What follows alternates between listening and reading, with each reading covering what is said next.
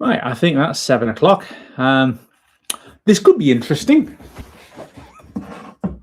I genuinely haven't actually done a proper live before. So let's give it a go.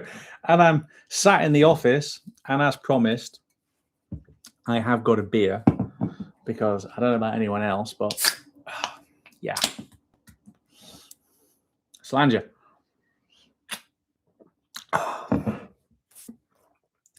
So, oh dear God. Friday. Anyone tired? Everyone good. The tech's working well. Good. The only thing for me is that when I turn my head that way on screen, it's reversed. Reverse. But that's absolutely fine.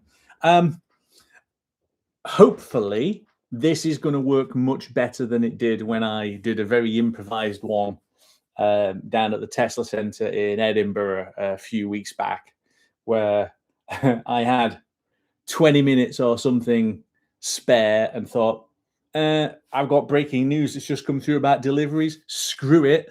And then hit the live button and thought, let's see what happens. And I could see the comments coming up on the screen as they're doing now. Blimey, hello from Western France. Hello from Liverpool. Absolutely. Welcome, guys. Yesterday we just got a 2018 Tesla Model S 75D for under 10 grand. Rock and roll. Anyway, that had all kinds of latency and that's really weird with my hands. I'm going that way and they're going that way on the screen. Latency issues and whatever else. I had to do a re-edit, hopefully, while I'm actually sat here using Starlink. This is much better. Are you late, Stephen Moffat from Congleton? Hell no, we've only just sort of started. I honestly don't quite know what we're talking about. There's an element of you guys steer the conversation a little bit. I'm having a beer. I was down at Tesla Aberdeen this afternoon. So I have had my tires rotated on 27,000 miles.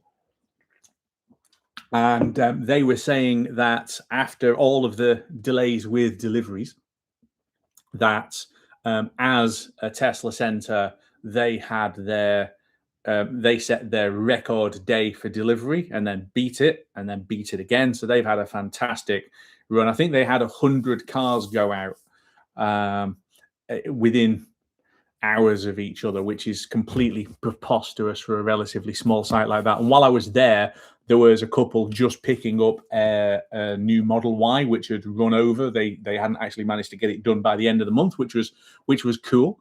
Is it the first time I did hello from North Wales as well? Doctor Who knows. Well, who knows who Doctor Who's going to be next? Is it the first time I've done tire rotation? No, I did it on the previous car as well, but that time I seem to remember a Ranger came out to my house in a kitted out Model S, where basically all of the back of everything was just full of tools, and got a couple of trolley jacks out of the boot and did it here. This time I had to go down to the Tesla Center, but they actually had a shopping list. Hello, everyone who's just coming in. What we at now? 59 people watching. I'll just to come on to that for a second. While I was down at the Tesla Center getting my tires rotated, there was a shopping list of things that they also wanted to do, which I wasn't paying for. And they included, so tire rotation, yeah, you get that. Check tire pressures, I get that. It said service activity, door closure components, which apparently needed an inspection for whatever reason. There was 2025 plus Model Y brake fluid adjustment. Again, I hadn't asked for it. They were just checking it while it was in. And this was the one that really fascinated me. It said Model Y underbody rail fittings engineering study.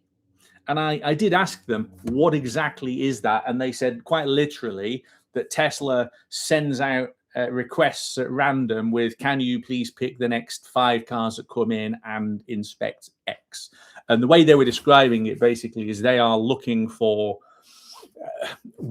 where that they're not expecting or other issues. And basically they just get all of their service centers just to randomly check cars and see what's going on with it, which I thought was quite cool. But it was interesting having the chat with them. Right, hang on, let me have a catch up on comments for a second. Hang on, back. NXSYNJS, thanks for the channel. Cool. Thank you guys for watching, genuinely. Hang on. Sean down in Lowestoft, new Model 3 Highland. You know what? I have done it. I think I've put the video out where I said I regret not getting the Ultra Red, and I kind of do. What else have we got? Oh, in this car with 25,000 miles, Doctor Who knows. Oh, yes. So did I first get it? Yes. So Doctor Who knows asking the question again. Sorry. Yes. I've done 27,000 miles and now I've had tyre rotation done for the first time. Basically, there's still loads of tread left on both front and rear, but obviously rear is where most of the drive is. And mine's all-wheel drive, but it's still mostly at the back. So they've worn down faster than the front. So doing the swapsy hopefully will even them out. I want to get at least 40,000 out of them, maybe a bit more. Oh, God. I know I've got a beer. So Andrew Hickton asks a beer question, which is, what do you think will happen if Reform or the Green Party will have on EV ownership if either become part of Parliament? I don't think anything will happen because, quite frankly, there's so many other issues for any government, any party to deal with that. Are they really going to go to war on EVs? Really? I mean, I know most governments are perfectly capable of all parties of doing some really nasty shit, which they didn't even think of as nasty. But I don't know. We'll see. Right.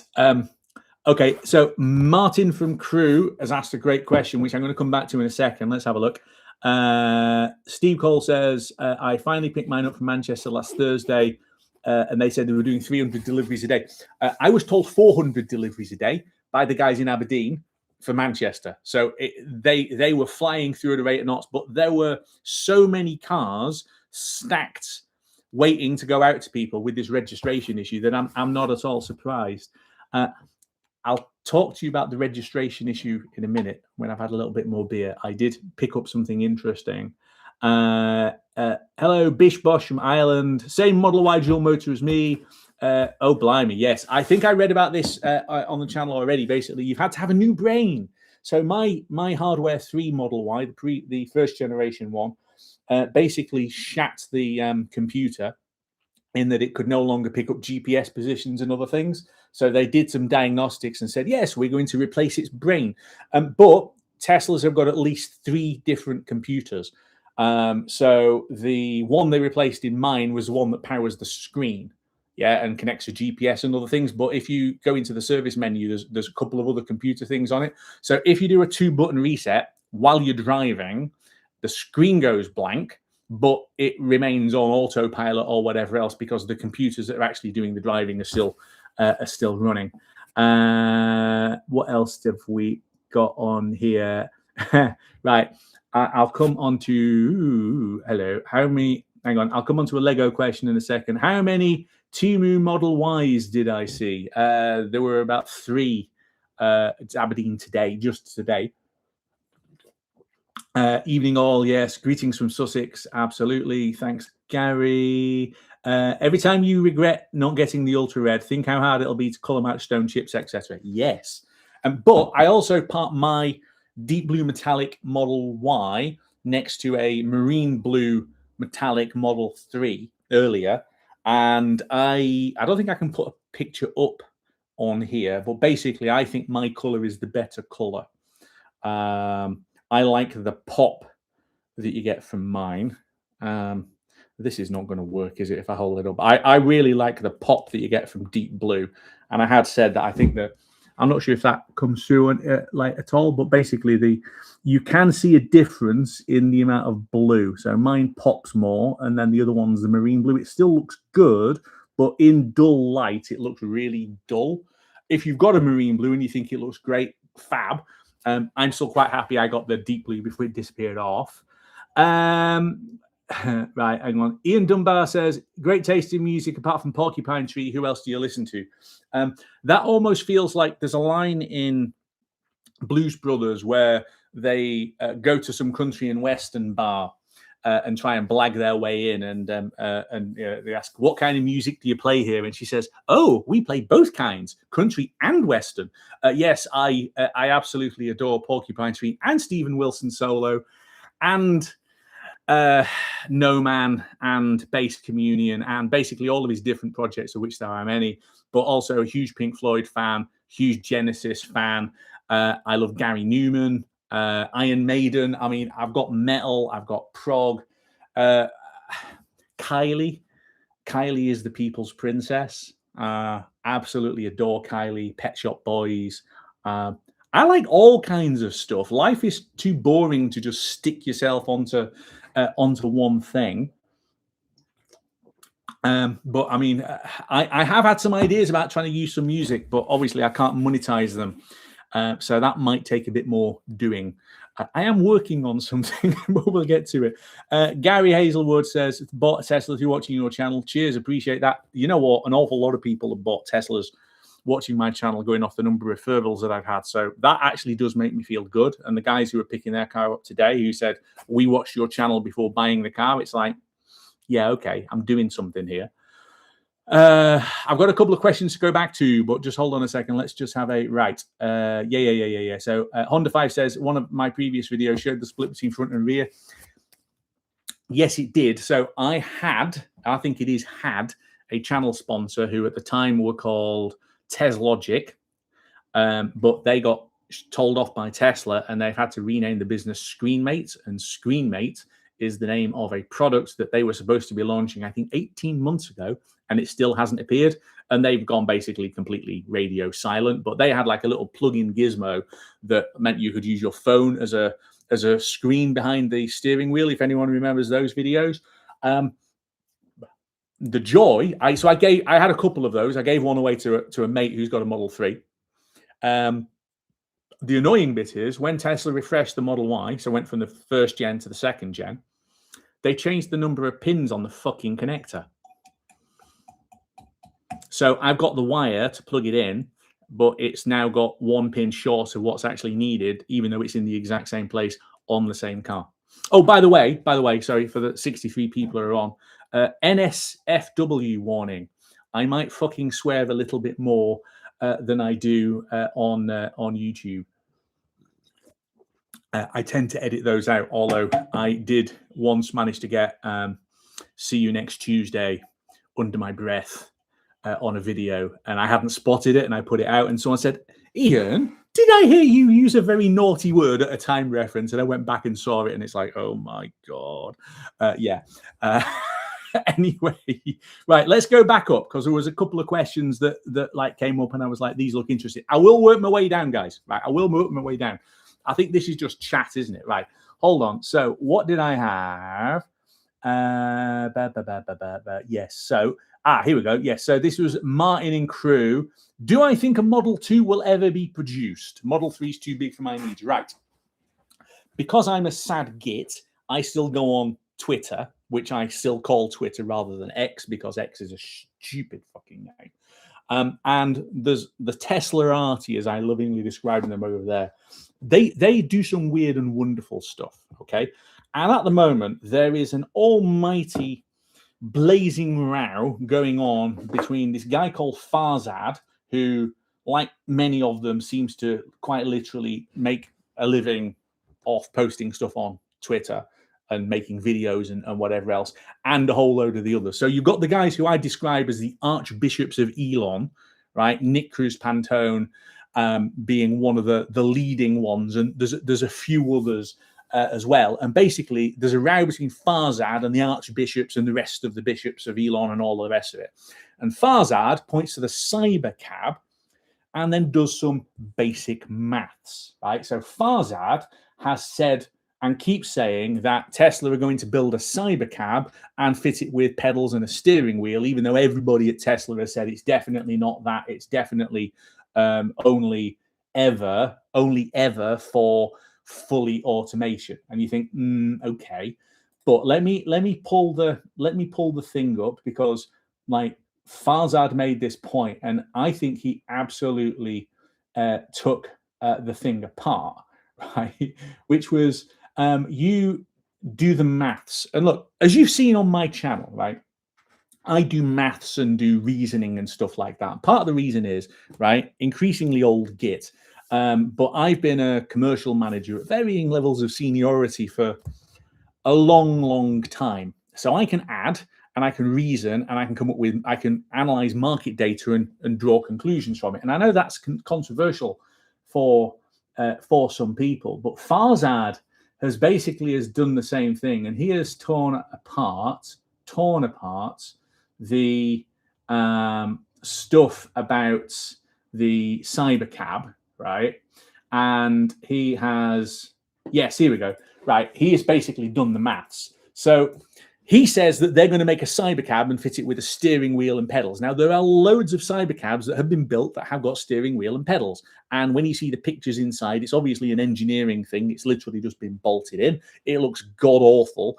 And besides which, the cybercab, the form factor of the vehicle is absurd. Apart from the fact that it's a two-seater, and no two-seater cars actually sell, right? Unless it's a sports roadster or something. But an actual normal car, smart car did, but it was that big, and the cybercab was that big, and the seats are so far back from the screen that the steering wheel is going to have to be quite a long reach away from it. But Farzad does the maths. So basically, the stated goal of the cybercab line is that they're going to make 2 million units a year, okay, in 27 or 28. So 40,000 cars a week being built as production. Okay, but as he then points out, where are they actually going to deploy these vehicles? And he's saying that by the end of next year, he's assuming that they, because Tesla have to get these things licensed because it's level 4 automation, which is way above where we're at with everything else. So he's looked at the big 3 markets in Texas where the authorities are really friendly to them. So he's got Dallas, Fort Worth, Austin, and San Antonio. And Grok came up with an estimate of the peak number of Uber drivers, right, of 70,000, which is, as he put it, less than 2 weeks of cybercab production. And that assumes that Tesla take a 100% market share, which they won't, obviously. So he's like, well, what the hell are they going to do with this capacity? In no case, they might be able to go into some other places. And I've seen a tweet today where they're going into, I think, a city in Florida, except that the entire geofence area is about the size of this screen, right, or my office. It's ridiculous and tiny. So they've got a line which can build cars at ridiculously high speed with this unboxed process, which I did a video on it. You've got to see it. It's an amazing innovation. But if they can build that many cars, the question is, who the hell are they going to sell them to? Because they physically can't launch this into all of these markets because there aren't enough customers. So while Farzad is saying, well, they're going to fit it with pedals and a steering wheel, that's bonkers on stilts. So a smaller Model 2 built on that line, they're going to have bags and bags and bags of capacity. So I think for me, this one is an article of faith. Do you believe in the Lord Elon when he says that Tesla no longer want to sell cars, that it's automation as a service, transportation as a service, and that Tesla's taxis are going to take over the world?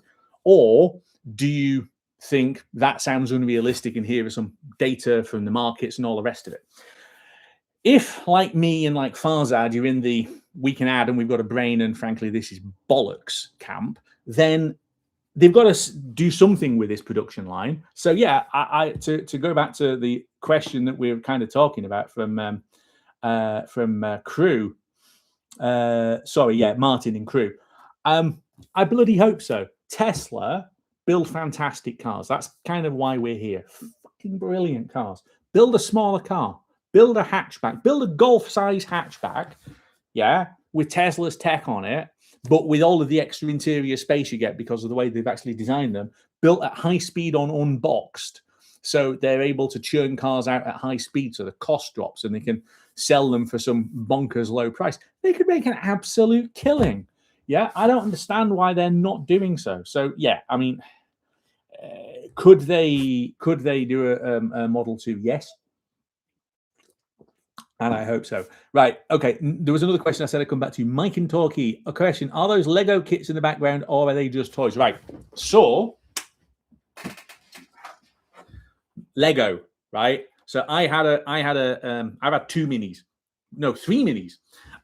So basically this is Lego, right? And we've got loads and loads of Lego. And when I had kids, it gave me the excuse to get back into Lego. Although I have actually got, hang on, this. Hold on, you've disappeared. I'll pull you back up. That's me unplugging the screen, and you've all gone hiding away. Yes, right. This, right? I had this Lego space set under my bed, right, when I was a kid, and then I stopped playing with Lego, and my mum got rid of it all. I think it went to the bring and buy sale at the local church when I was 12 or something. So I had to buy this back at slightly higher expense off eBay because I wanted the thing back again, because it's like, yes, that's cool. But then you've got stuff like this. This is obviously SR71. This isn't Lego. This is Kobe. These are the military themed sets that basically we sell in our shop. So anything that's military is Kobe, and largely anything that isn't, well, isn't. So, yeah. Where else have we got? Sorry, there's loads of stuff flying in. So, what else did we get to? Right. Okay. I've done music. Who else has been asking me questions? Okay. Yes. Yeah, so, okay. Steve Moffat, what, as in Doctor Who Steve Moffat? Write more Doctor Who. Steve Moffat, possibly Doctor Who, says, like the videos, helped me when I was getting into an EV, turned into a Model Y, and range anxiety. What on earth was I worried about? Right. I've posted on the channel saying everybody follow this guy called Tesla Chap. So all one word, Tesla Chap. So I was plugged in at Newbridge on Monday night this week, and this guy comes over and says hello. And he had I'd already admired his car when he drove in, because it was an ultra red Model Y, and there's an element of like, ooh, should have got an ultra red. But he was saying that it was on Manchester plates. So first of all, I'm Lancastrian, so there's an element of yay, but boo, you're Scottish and you've got a Lancashire registered car, right? But he'd had it for 5 days, and it was his first ever Tesla. It was actually his first ever EV, and he wanted the experience of going down to Manchester in the trading car, which I think was an absolute wreck, and then getting a Tesla and then driving the thing back up. But as he put it, he knew so little about charging that even though he'd watch videos and he'd watch my videos and whatever else, that the trip up was a bit of like, what are we doing? Where are we going? So plus Manchester was doing 400, 300 cars a day. So his car was handed over on 20%, and he's like, what do I do now? So we'll round to the Old Trafford supercharger, stick some juice in it. And I've been to the Old Trafford supercharger in Manchester, and then get your way up the road. But we all know the car will navigate you to wherever you need to go. So he didn't have a problem, but it's not so much range anxiety as how does this work anxiety. There was a couple picking up they had just picked up a car. They had picked up the Temu Model Y. And look, for anyone who's got a Model Y non-standard, I'm not attacking it or you by calling it Temu, but it's one of these things where I just scratch my head a bit and go, what the fucking hell is this? Because it's got all these extra parts that were added for no particular reason. Anyway, they basically said that there was some kind of fault on their system, and one of the guys basically went out and came back in 2 minutes later and said it's sorted. It needed a 2-button reset, and they were like, "What's a 2-button reset?" And it's you're driving a car that's basically a computer on wheels, and it's got a giant iPad thing on the screen. Of course, it might need a reset now and then. That kind of information needs to get out to people. And I know I've talked about it a few times, but it got me thinking I could do a Tesla for absolute beginners video. And I've done some stuff like that, but obviously I haven't done enough. And then he said, your car's got a software update ready to install. And she said, what's a software update? We all just assume that everybody knows how this works, and your car will install all of these things overnight. So what's a software update? And then when he said what it was, she's like, how do I install it? And you think, so there's an element of needing to do some of the absolute basics. And I don't know, I'll find a way of trying to incorporate some of that stuff in.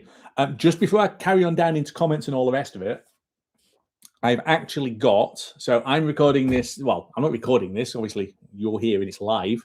And there's beer. So it's Friday the 3rd of July.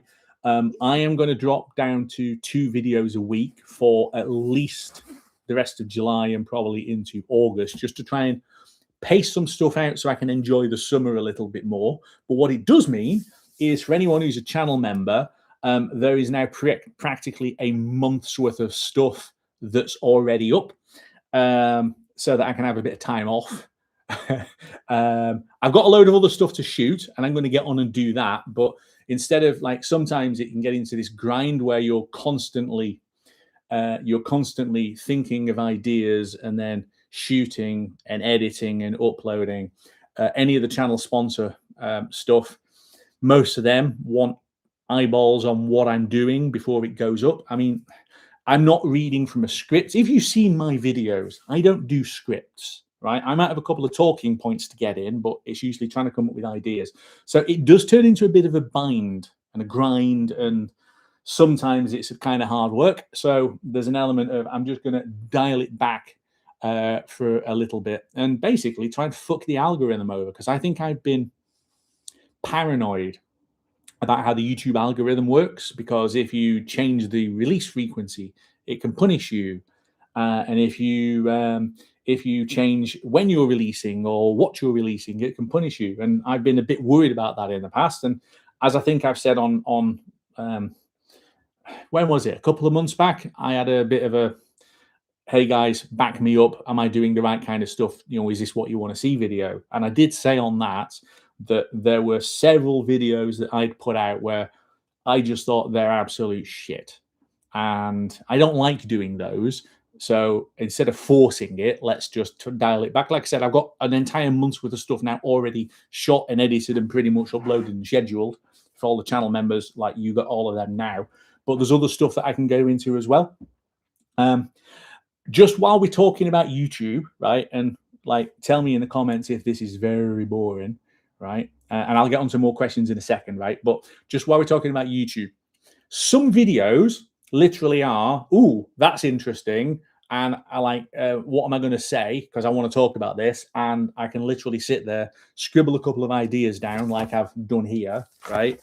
And then sit in the car, stick it on my Jawa mount and just basically talk at the phone for 20 minutes. The really good ones are a oneer, so there's no editing particularly needed, and there's any of the rest of it. It just kind of goes. And then there's other ones where there's loads of inserts and things need doing, right? And you kind of know what you're trying to say, but your brain isn't really in the mood for doing it, but you've got to do the thing anyway. And they're the ones where the bit that you're watching that's going in is like take 8, and take 1 might have me kind of going, what am I saying here? And then takes 2 and 3 kind of going to other bits. By the time you start getting into takes 4, 5, and 6, they're usually ending with shit, fuck, bastard, cunt, right? And other shouty expletives, and quite often, oh, for fuck's sake, just because my words won't come out right. And then it's like the breathe, calm down, and out it comes. So it just depends. Some of them are, there's been some videos where shooting them and trying to actually get the thing out, it's really hard, because it's like, for whatever reason, it's just not flowing. And then there's other times where it's just like click, click, click, click. Oh, by the way, click, click, click. I can't click my fingers. Can't click my fingers. So I have to say click. It's just click, click, click, and off it goes. And out it churns, and here comes content. And then editing it is a doddle. I am not the most professional of video editors. I could be, but I don't have the time. And when I say I could be, I have got a journalism degree and I did specialize in broadcast. So I quite literally wrote the book for University of Sheffield Department of Journalism's forthcoming students about how to do video editing. Except that when I say video editing, I do mean actual, hang on, I've got one sat at the back. I do mean actual video, right? Videotape editing, although it was like super VHS camcorders and stuff with a giant desk. I was there pretty much right at the end before everything went digital. So I was a whiz at doing video editing and, you know, on-screen graphics and all of that kind of stuff. And then it all got swept away with newfangled computers. So picking YouTube back up decades later was kind of fun. But I could edit more. I just don't have time because I can't even say I've got a full-time job as well of this, because I'm a company director and I run several businesses, right? And it is plural, 3. So it's not that I've got a full-time job, I've got jobs. So sometimes this takes up a chunk of time, other times I simply haven't got really any time to throw at it. So every now and then something comes out and it's just like, just put something out. Right, okay, let's go back into the comments. So Ken Hobbs, hi Ken, from Southampton. Do you think Tesla will give premium audio to the premium long-range rear-wheel drive Model 3? Well, it's not just that, it's also the Model Y as well. Look, I think Tesla are really tight with their audio systems, because you got to go for the all-wheel drive on the Model Y, and I think it's now the same on the Model 3, to get the premium audio system. The premium audio system, by the way, is so good that it was a significant reason why I got the all-wheel drive Juniper rather than just the rear-wheel drive, because I like my music, and the tinnitus that I've got confirms that I like my music. And having a really good sound system, I've paid for upgraded sound systems in previous cars. I think I paid 560 quid to BMW to upgrade my 5 Series, company 5 Series sound system, because the 3 Series that I'd just come out of, which I inherited when I joined the company, had such a shit sound system that I was like, you've got to get at least a better one. Tesla's premium audio is really, really, really good. It's not the best I've ever heard. That's Bowers and Wilkins in my Volvo. I did have a bit of a debate with somebody on Twitter where someone had talked about Polestar 1 and the Bowers system, and I said, look, the Bowers system is absolutely banging. And it was like, yeah, but you're comparing your 150 grand, like your like hybrid hypercar thing. And I'm like, no. I had that system on my 50 grand family bus, right? It's not only on supercars, but the Bowers and Wilkins system that Volvo and Polestar have got is just unbelievable, right?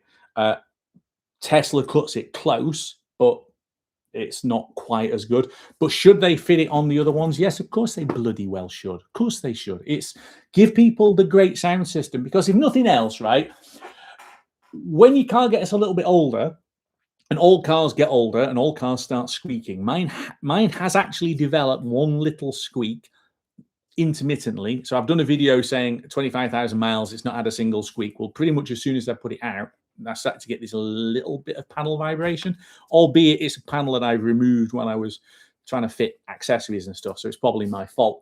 But mostly they're really quiet. But as they get older, cars start to rattle. Yeah. I mean, the 12-year-old Mini that we've got is pretty good, actually, in terms of noise and rattles and vibrations, but you get little bits of them. So having a banging sound system means you can't hear the vibration, right? So if nothing else, that's another reason to be able to do it. Gary says, I think £99 a month is too expensive for FSD. Yeah, look, here's the truth, right? And there's another question talking about FSD. Burnley Drone Man says, do I think FSD will be available in the UK anytime soon? FSD is already available in the UK. FSD is already available in the UK. And well, how can I put this? For the sake of making videos, I bought it. So hang on. Yeah. So yeah, you can't see anything on these. So look, top line, full self-driving capability. So I've got FSD currently on my Model Y, and I've shot, I think I've got 4 videos, four videos. There's probably going to be another one of basically me testing FSDC. Let's not be afraid to call it what it is, right? I paid, in my case, 49 quid to Tesla because I already paid for enhanced autopilot. But if you pay 99 quid, you are buying a product called full self-driving. Yeah, it's not full self-driving supervised, it's full self-driving capability, but it is full self-driving. And nor can people say, but it's not the same full self-driving. Hang on. Full self-driving supervised. Which version are you talking about? There was a load of cars in America that were on version 12.6, yeah, and still are, because almost every Model 3 in North America, despite V14 Lite being announced, no one's got it, apart from a couple of influencers, right? So there's a whole load of cars that are unsupervised on version 12. Version 12 apparently is shit compared to version 13.2.9, which I think was the last release that we had. The Australian release on hardware 4 is 13.2.9, and now everyone in North America on hardware 4 is on, was it 14.3.2 or something? Every single new version that comes out, the Teslarati, led by the archbishops of Elon, say it's the best version yet, and oh my god, it's solved and it does everything that the previous version didn't do, even though with the previous version they said the exact same thing. So when people say, well, hang on a second, Ian, full self-driving capability isn't full self-driving because it isn't the latest version of full self-driving supervised, well, neither's the Australian New Zealand version. Neither's anyone globally on hardware 3 who don't get anything. Neither is even the Americans that are on version 12 on hardware 3. So if Tesla sell me a product that's called full self-driving, then it's full self-driving. The fact that it's shit is Tesla's problem, not my problem. So I've shot a load of videos and I've done a couple of other things talking about it, and I'm just going to be really bullshit. I'll be honest. I am a git, right? I do some stuff sometimes to wind people up a little bit, because the one thing that I really don't like are cults, right? I can't stand cultists. I can't. And look, although I am absolutely now an Apple aficionado, this is a MacBook Pro that I'm shooting this on. I've got an iPad Pro. I've got a iPhone 17 Pro Max, and it's my second iPhone, right? I've become an Apple everything, you know, AirPods, the whole smash.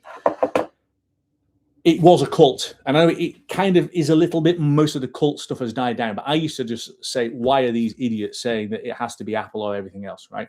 But it's the same thing with Tesla. People said, oh, everybody wants FSD. Once you've tried FSD, you'll never go back. And it's like, this is bollocks, right? It's laughable bollocks, and it's demonstrably bollocks, because you look at Tesla's own data and it fucking tells you that people have tried whatever the latest version is of FSD supervised and have said, nah, fuck this, because it's 99 quid /euros /dollars a month. I've had people on my channel saying that they've had free trials of FSDS in the Netherlands, in Australia, and they haven't paid for it because it isn't good enough. So where you get this, no, everyone wants it, it's the entire reason for the company existing.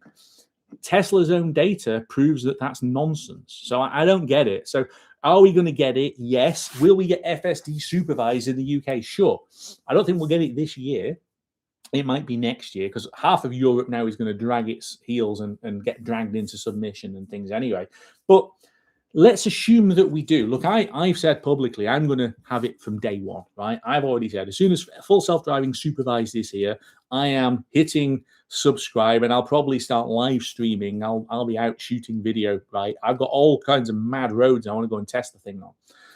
But will I keep the thing long term? Probably not, because I keep saying I love driving, and I absolutely love driving. I huffed it down to Aberdeen today to get to the service place. I love driving. And the idea of just sitting there and not doing anything, I've done spells of it, and it's boring, right? It's just not what I want. But from what I can see from comments and also from Tesla's own data, it's also what most people don't want. So we'll get it, but even when it gets here, remember the take rate of FSD is still way less than 20%, and it's been stuck effectively for 4 years. It's been growing quarter on quarter for the last, I don't know, 3 or 4 quarters, but it's still only recovering as a percentage of the fleet back to where it was 4 years ago. And then the data shows that the actual usage rate of it is on average 50% of miles driven. And the cult fighting each other to drive the thing with it switched on permanently. So what's the actual real world use? It's less than 50%. So is it coming? Yes. Are people going to pay 99 quid for it? No. I don't know how to put this, but people are fucking broke because this economy is absolutely shagged, right? And there's an awful lot of businesses struggling, my own included.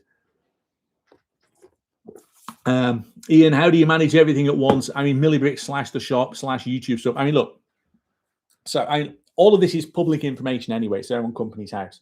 So primarily, my primary occupation, I'm a commercial manager in the food industry. I've worked in the food industry since 2002 and in sales for another 3 years before that. I sell my services to a number of different clients, like most of them European ones. So that's kind of officially the day job. As part of trying to service their business interests in the UK and also seeing a big opportunity to be able to do other stuff, I created another business, which is basically working with European manufacturers to specify products, which will then be manufactured as supermarket own brand stuff. So we'll make it in the Netherlands, which is why I keep going to the Netherlands. But it'll be made in a Dutch factory with Tesco, Sainsbury's, Aldi on the label and then brought over here. So that's business number 2. Business number 3 is the family shop business, which that's struggling. And then I do all of the YouTube stuff, which goes through one of the businesses, because of course it does. I think I've got a life somewhere as well, but I have worked insanely hard this year. I am grafting my arse off, basically trying to get some of these projects going. And the problem is they're all going. Selling the toy stuff, the reason why you haven't seen any adverts on here recently is because that really has had to take a back burner. I've just parked it. I haven't really done a huge amount with it. My 18-year-old son has done some stuff, but he's off to university, so like we need to go and do some more. And then obviously I've tried to do some more YouTube stuff. I know other people have gone and done YouTube and have gone full time. I love doing YouTube, but I've got no interest in doing it full time. If nothing else, the idea of being beholden to the YouTube algorithm and to somebody flagging your channel as being inappropriate and it being shut down, you do see this happen. Yeah, I'm not doing that. Ronnie Lloyd says, bring back the Model S. Too bloody right.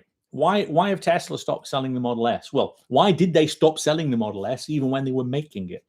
Go out there and sell cars, man, right? You got the Model S should have been was the halo model, the one that people see and go, oh, wow, look at that. Especially when you were getting towards the back end of it, where you got the plaid version doing 0 to 60 in 2 seconds and the cheetah stance and all of that fancy bollocks, right? It's a halo car that brings people into the market. And they've stopped because they couldn't be bothered trying to go out there and sell it. And they've stopped making it. And they've stopped making it despite the fact that loads of other people make cars in that sector. And the example I gave was Geely, who own Polestar and Volvo, have launched Volvo ES90 and then Polestar 5. Now, I had the S90, the diesel version of Volvo's big saloon, and it's now an ES90, and it's a hatchback, but it's exactly the same form factor as as a Model S, right? And then Polestar 5, their version of it. And so one company launching 2 cars into this sector that Tesla say no one wants to buy any cars from. It's just bloody daft. Sell the Model S. What they should have done was the last Model S refresh they did. The last Model S refresh, they should have done a right-hand drive version and really pushed it as the halo car, and a load of people would have got into it. I mean, as I've just said on the last video I did after 25,000 miles, my regret is that I couldn't get a Model S. I really would have been tempted to get the last version refresh with the landscape format screen and all of the newer tech on it, hardware 4. Yeah, I probably would have got one of them rather than another Model Y, but you can't actually do that now. PHY7 Tez says, would you like to partner with me on my new channel, Just Get a Skoda? Yeah. All right, let's do some collabs. I've done bits on a couple of other people's channels. So I've been on Jonathan Portfield, lovely guy. I've been on Charging Family UK, lovely guy. I've done controversially. I really get on with Lee the Mac Master. I know he's a bit Marmite, but I like the guy, right? So I've done some stuff on him. There's more stuff coming there as well. So yeah, I'll do stuff with other people. I actually look. I've said in the past, because loads of people say, Ian, why don't you and Tesla Jigsaw debate? And I'd love to debate with Will, but he blocked me. So I can't debate with Will because, and I'm not and he blocks me. So yeah, I'm okay. So where are we? Keep going down. Punky Steve Wood says, I love the punk reference as well. I'm looking to get a Model Y all-wheel drive. Should I push the button and bugger the cost? The luxury tax is shit. Right. Yes, it is. So we've just gone through 1 year of the Model Y. And did I do a video on it? I think I did. Basically, I've gone from having an EV that was zero tax, which was nice. And then it was 195 quid tax on the previous one, and this one is like 640 quid or something, which is bollocks. Yeah. And this is one way you get loads of comments saying, oh, bloody Labour governments. But this wasn't Labour. And by the way, I didn't vote Labour and I didn't vote Tory. If you've been around for a bit, you know why my politics sit in the middle, right? But this wasn't a Labour tax. This was a Tory tax brought in by Jeremy Hunt. Just that Labour haven't fixed it. But yeah, 640 quid to tax a fucking zero emission car is absolute liberties. I'm paying it monthly. I think it's an extra 5% to pay it monthly. And because I'm paying it through the company, it makes sense for us to run it through that way. But it's outrageous. San Francisco most probably says Claudia in response to something else. I don't know what. Hang on. And then it says, Ian, when the first Model S, we were all wondering the same thing, and look where we are. Well, so what's that meant to mean? When the first Model S, we were all wondering the same thing. I'm not quite sure what the same thing is. Look, Model S was amazing, yeah, when it came out. I was having a bit of a debate with somebody on Twitter, okay? And they were saying, oh, you know, Tesla, the groundbreaking, the first, second generation EV. And I'm like, well, what are we talking about with first generation and second generation? Surely the first generation of EVs was the first time EVs came out, which was right at the very beginning of time. It's only because of Henry Ford and Standard Oil that EVs stopped being a thing in the 1920s. So that was the first wave of EVs, and then they got resurrected this century. But the first mass market modern EV was not a Tesla; it was a Nissan Leaf. Right, Nissan Leaf, announced to the world and launched at the start of the teens decade, was quite literally the best-selling EV cumulatively for the entire decade until the Model 3 eventually beat it. So your Model S, amazing, fantastic, wonderful car, was the best-selling EV in the world for 1 year at that point, but it wasn't the pioneer, nor was it even supposed to be mass market. Remember, the Model S, you know, Model S was really big and expensive. The reason the Model 3 was created to be the mass market EV. So Nissan Leaf. I had a Nissan Leaf. I had a 2014 Nissan Leaf with a 24 kilowatt hour battery, right? A 24 kilowatt hour battery. And I got it in 2014 because I lived on Teesside. So we had the Sunderland factory where it was built just up the road. And I was like, yeah, go on, let's support local industry and all the rest of it. And I was into EVs and things anyway. Couldn't afford a Tesla. Had seen a Model S and gone, wow, can't afford that. Let's get a Nissan. And all I can say is, shit car, brilliant drivetrain. And you start driving around in the thing, and it's quiet, and it doesn't make a noise. I remember getting colleagues in the car. I'd take it to work, and they were like, "Whoa, Bailey, what's this car you've got? This is like science fiction or something." It had that kind of impact. But 24 kilowatt hour battery, posted range of 100 miles. So I'd had it for 3 days, and then decided to take it on a bit of a road trip. And I got 70 miles down the motorway and had to find a charger pretty fucking quickly because it arrived on electrons. I think it did 76 miles before it was down to 3%, which was nice. And then go to the single, I say rapid charger, but it was an Ecotricity one, IKEA, south of Leeds.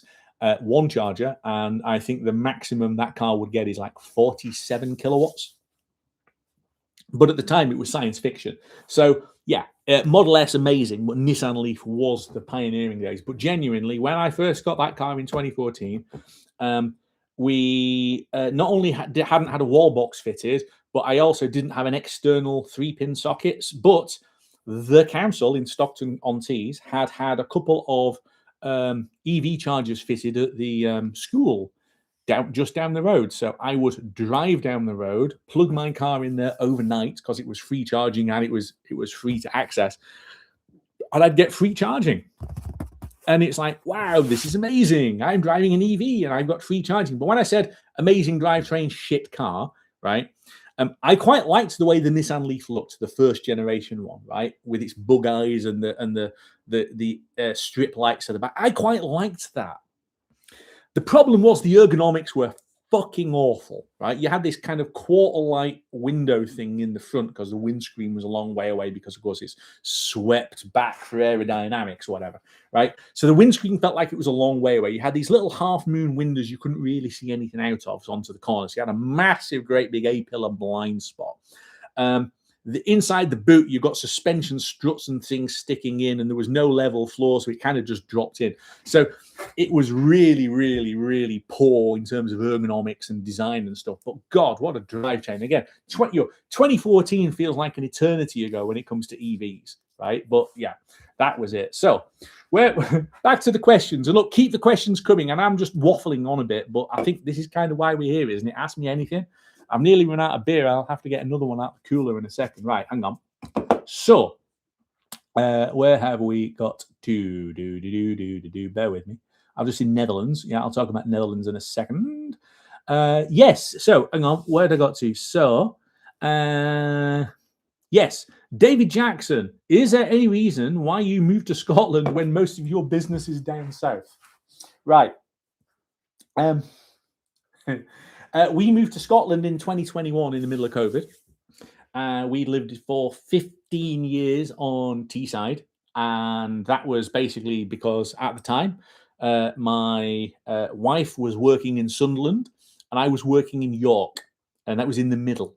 That was the only reason we moved to Teesside. It was kind of in the middle, and we bought a nice brand new house from Barrett's with shonky build quality, as it turned out. But we bought a new house with loads of space to start a family, which we did. But we love Scotland. Like, I've been doing road trips up to Scotland every year, taking photos and things for a long time. Sometimes you just need to bug out and get some fresh air. So I come up to Scotland by myself, which is probably bad. We had our honeymoon on Skye. We've had holidays in Scotland and all the rest of it. So Scotland I adore Scotland. I mean, I'm a Lancastrian, and I'll bang the drum for Lancashire over Yorkshire, but I've lived more of my adult life in Yorkshire, because Thornaby-on-Tees was Yorkshire, rather than Lancashire, right? God's own Lancashire, and I lived in bloody Yorkshire. So Scotland was always in the heart. My brother and his family moved up to Scotland a year and a half before we did. And so they lived in, we were from Rochdale originally. They lived in Bury in Greater Manchester. And they moved up to this little rural village in the middle of Aberdeenshire. And I'm like, initially, I was like, where the fuck is that? Because look, whenever I came up to Scotland, all right, we'd do the West Highlands and the North Highlands. And occasionally we'd come over onto the east side and do little bits. But I'll be honest, I passed through Aberdeenshire, but I didn't really know it that well. And I came up to visit my brother and sister-in-law and the kids in February of 2020. And saw the village, the community they were in, and I was just like, this is amazing, right? The community spirit is sensational. The scenery around it is like, oh my God. And then Aberdeen is just down the road, and that's got everything you kind of want. So it was this, that'd be a nice idea. A few weeks later, COVID comes along and shuts everything down. I was working for a company in Sheffield at the time. The last company I hopefully will ever work for that wasn't my own. I was working down in Sheffield. So I'd been, look, in this job, I have been away from home a couple of nights a week, pretty much every week for, by that stage, 15 years. And then suddenly COVID comes along and stops it. And I'm a prisoner at a desk smaller than the one I'm sat at now in the corner of my dining room, literally doing life and death stuff. So, you know, I was like one of the a trio of managers running this business, and we're doing things like trying to keep the factory open without killing the workforce, which was a bit. And COVID goes along and breaks everything. I then started consulting during COVID because the company quite literally was sunk by all of the COVID costs and shutdowns and all the rest of it. And I'm working with clients in Romania, and I never met them. I didn't meet them for a year until I'd actually started contracting for them. But then that's the point where you can live anywhere. So Rishi Sunak, right, did a mega job again, I'm not a Tory, but Rishi Sunak, give credit where it's due, did a fantastic job as Chancellor sorting people out during COVID. Yes, of course, he could have done more. I know that some company people say there wasn't enough, but there was a whole load of that was really good. And they unlocked everything, right? They unlocked everything. And I came up for a bit of a holiday. Actually, before I do that, I did actually meet Rishi Sunak. You'll like this, on the Weems Bay to Rothesay ferry in something like August of 2020. My wife and the kids went out to Spain to go and see her dad. I didn't go because of lockdown, but I had a few days away up there. I met Rishi Sunak on the ferry, right? Because he was out doing stuff. I liked him. But anyway, we then all took a family holiday up here in late 2020 and was like, oh my God, this is amazing. And we're driving home going, wow. And we'd seen the house that we bought for sale and had a look at it, and it got the ideas whirring, and it's got a shop and everything. And we're like, we'd always talked about at some point, wouldn't it be great to move to a small village, right? And have an old house and do it up and have a shop.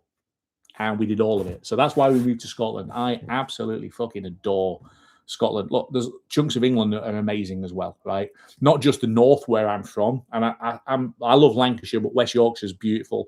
Northumbria is amazing. Somerset, my God, Somerset's fantastic. There's loads of right. North Wales, right? Brecon Beacons. I can think of some fantastic parts of England, but Scotland's always been in my heart. So that's kind of why we moved up here.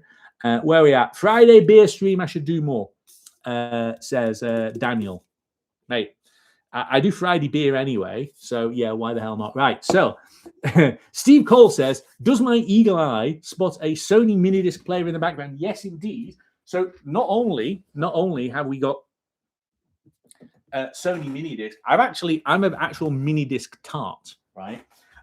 So I actually have produced my own mini disc recordings, like Pink Floyd's Gumma, where I have printed the label, yes. And it's a wraparound label. That's not got a disc label. Hang on, let me find you one that's got an disc label as well. Yeah. Okay. Right. So yeah, Gary Newman's Dead Sun Rising, right? Printed the label and also on the disc as well. I'm a deviant. What can I say? I absolutely loved mini disc when it came out, and it's something else like Lego that I got back into. Do I listen to it on a daily basis? If I've got some time, I'll go at it. I'm trying to listen back through all of the stuff that I've recorded, right? I've even got what I lovingly call the magic box. So I've got bits of electronics that allows me to plug into any digital music source and then plug basically like cables in that goes back into it and optical leads and all the rest of it. So yeah, when I've got time, I'll go and do stuff like that. But yeah, I haven't always got time. Right, where are we? Glenn Lewis wanted to say, thank you for not being a sycophantic Tesla fanboy. No channels mentioned. We know who you're talking about. Appreciate your honest ground views. I feel like a miserable twat sometimes. Right. But I also feel like, right, also, you'll get loads of pop culture references because I am a massive geek. This is Spinal Tap, right? Presenting all of the different ideas. They're going to have the Zodiac Arts album thing. And it's like, is this a joke? Is this a joke? Right? That's how I feel when I read some of the Tesla stuff. I'm like, are you out of your fucking minds? I do laugh about it sometimes.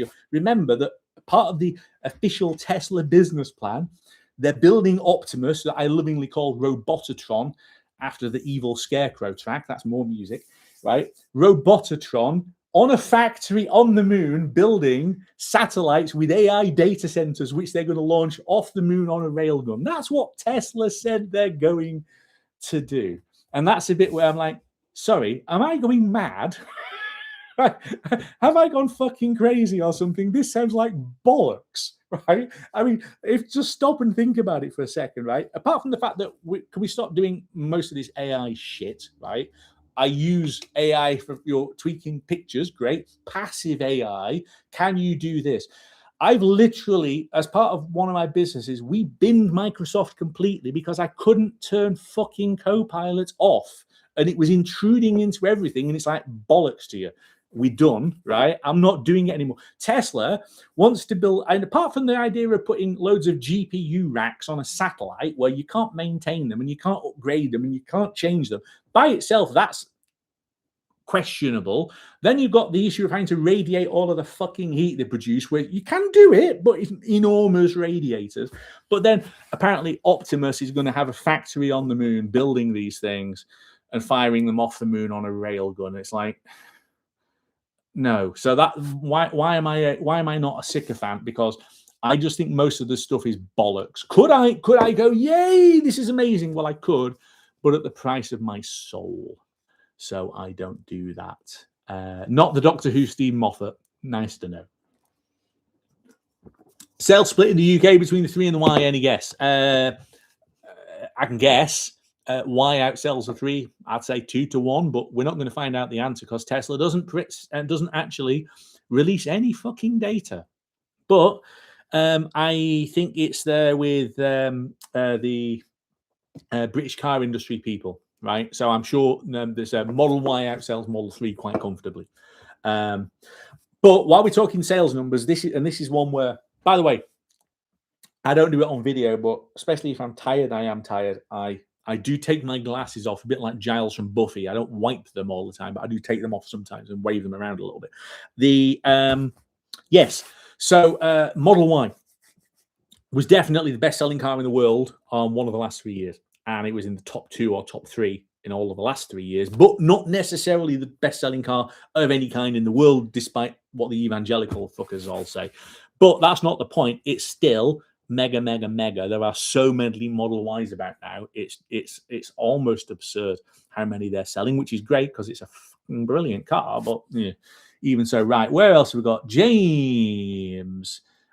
Evening, picked up my Pearl White Juniper all-wheel drive, getting a self-install PPF next week. You know what? I've said I'd like to have got the ultra red instead of the deep blue, but that pearl white metallic that my first one was in, I like white cars. I really like white cars, and I'd never had a white car until I was picking my company 5 Series, and didn't I feel like fucking king shit when I was ordering a BMW 5 Series in 2010 with my job, right? And I ordered it in white. And I'm like, ooh, I'm going to have a white car. Now, that was flat white rather than shiny metallic white, but okay, it's white. And I ordered it with cinnamon brown interior instead of black.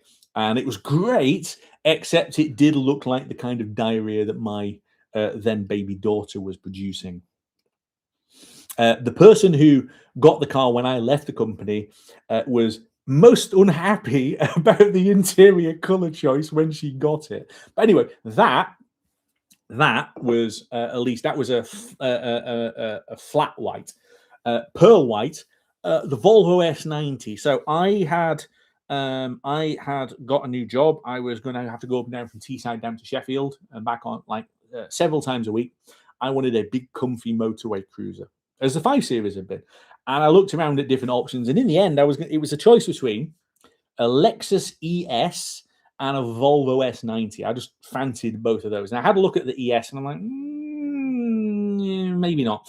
And I had disavowed diesel a couple of years earlier. I'd driven diesels for years, right? That's all I had. Company cars. Apart from when I very first started doing sales, and I had a company. I had a petrol Ford Mondeo with the kind of batwing headlights.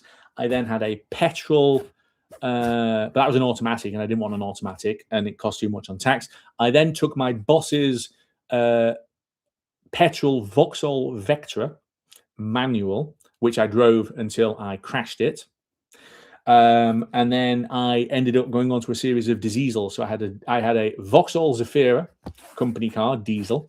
I then swapped that for a Vauxhall Vectra, because when I was in Nestle field sales, everyone was getting the posh people were getting Vectras, the non-posh people were getting Astras. I went for a Vectra, so I had a Vectra diesel that got replaced by an Astra diesel estate. That got replaced by another Vectra diesel, then a Mondeo diesel. and then I joined a different company, and then I inherited a 3 Series diesel, and then I ordered my own 5 Series diesel.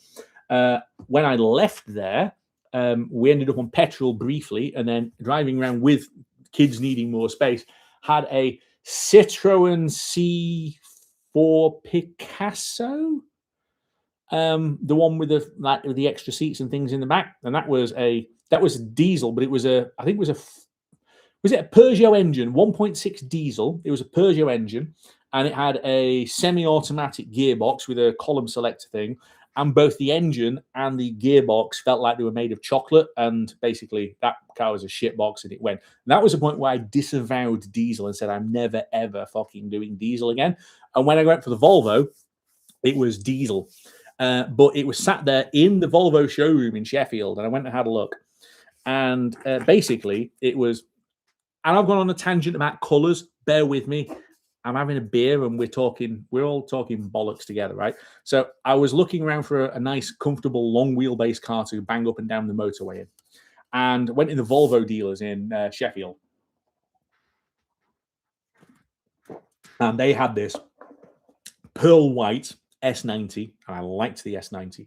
Pearl white S90 in Inscription Pro trim, which was the top trim level. And then, because it was a quarter end special and they needed to basically hit a sales number in terms of cash, they ticked every fucking option box. And I do mean every option box. So this was a 52,000 quid car, which they had shoved in their showroom. And it sat there for 2.5 months, and I bought it for 33. Brand new car. It was already registered to them, but it had literally delivery miles on it, and I got a third off it, which was, quite a lot of money. Sorry, bear with me a second, because we've got more beer. And that was pearl white, and I adored that. That popped in the sun. It looked amazing. So white, look, for anyone who's got a white Tesla, so like the James here getting a new white Juniper, you know what? White, metallic pearl white, pops in the sun, looks absolutely brilliant. So and the people who were in, I mentioned earlier, like there's a couple in there had the Temu Model Y, that was in white. It looked really good. So yeah, white would be great, but I think I've kind of done it now, and I thought I've got to get a different color. I can't just get another white one. It just gets a bit painful if you start doing the same thing. Right, where are we? Oscar says, evening laddie, bless you. Andrew says, first over-the-air software update, exciting. Not quite as I expected. Yeah, so look, some of the software updates you get are absolutely brilliant, right? On my previous Model Y, physically, it had matrix LED headlights, but from a software perspective, they weren't enabled. So I went through the first winter with auto high beams, which was fine, but it wasn't the swooshy LED matrix effects. Then suddenly we get an over-the-air update and bling, there they go. And it's like, wow, right? The Volvo did not have over-the-air software updates. The Volvo, I had to go back into the dealership, and the dealership were lovely, and I got to know them very well, and they have to plug a laptop in with a cable to do software flashes, in which there were quite a few because there were some issues with the Volvo. Beautiful car, a palace of an interior. The software was designed by a 5-year-old, right? So over-the-air software updates, people need to talk about how good Tesla updates are. Farmer Pete says, Ian, I will catch up on the comments now. Ian, any idea if my Model Y can link to my Bluetooth hearing aids? I think that depends on your hearing aids. If your hearing aids come through as, no, you can't link to headphones. If it was a newer Model Y with the screen in the back where you can play media, I know you can pair headphones to the one in the back. So if anyone's got a newer Model 3 or Model Y with the screen in the back and has Bluetooth hearing aids, you might be able to pair them. But Pete, I don't think you can on a 2022. Right. Next question. When you finish the beer to get another, can we keep you drinking by asking questions? Yes. And if need be, I can always get on the bat phone and summon more beer from the fridge next door, or give me 2 seconds and I'll go and get it. Look, there is no cutoff on this. I just thought this would be interesting, right? Because I quite like drinking beer. I mean, look at me. right? I definitely like drinking beer. It's something I'm quite good at. So right, the idea of a chat just seems like a good idea. So Quantum Dan says words are hard. I assume that's when you were talking about me trying to shoot a video. Yes. Keep it simple. Stupid, says Oscar Bradley. Yep. Just be you. You're awesome. Look, guys, I mean, it's... Have I told you the story? I'll come on in a second, right? But the whole, like, you're awesome, thanks bit. I started off doing this, and it was I literally had no idea whether anyone had watched these things or not. I actually had a few ideas, a couple of different ideas for shooting channels, right? And I shot prototype videos. This actually wasn't going to be the lead one. So the Go Wander channel, I think I got 7 or 8 videos in and just thought this isn't going to get anywhere.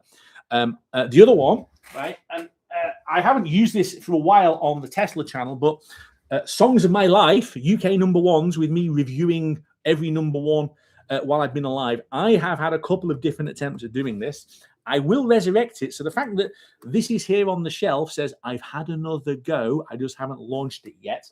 But when I started doing the Tesla channel, I honestly didn't know whether anyone would want to listen to me whittering on. And I remember I did a few videos. I shot a month's worth of videos, and I was doing, I don't know, 2, 3, 4 or something, then launched the channel. And I was away and in a hotel with Sonia, my wife, and I pulled the YouTube Studio app open at breakfast, and it stuck in the head because it was palindromic. The night before, when I went to bed, I was on 47 subscribers. I woke up and having breakfast, and I was on 74 subscribers. And just that leap was like, this actually might work. And I had seen there's what the fuck's he called? Jack Massey, I think, this youngish YouTuber, and basically he done loads of other stuff, but he bought a Model 3 and he did a Tesla channel talking about Model 3, and basically YouTube paid for it.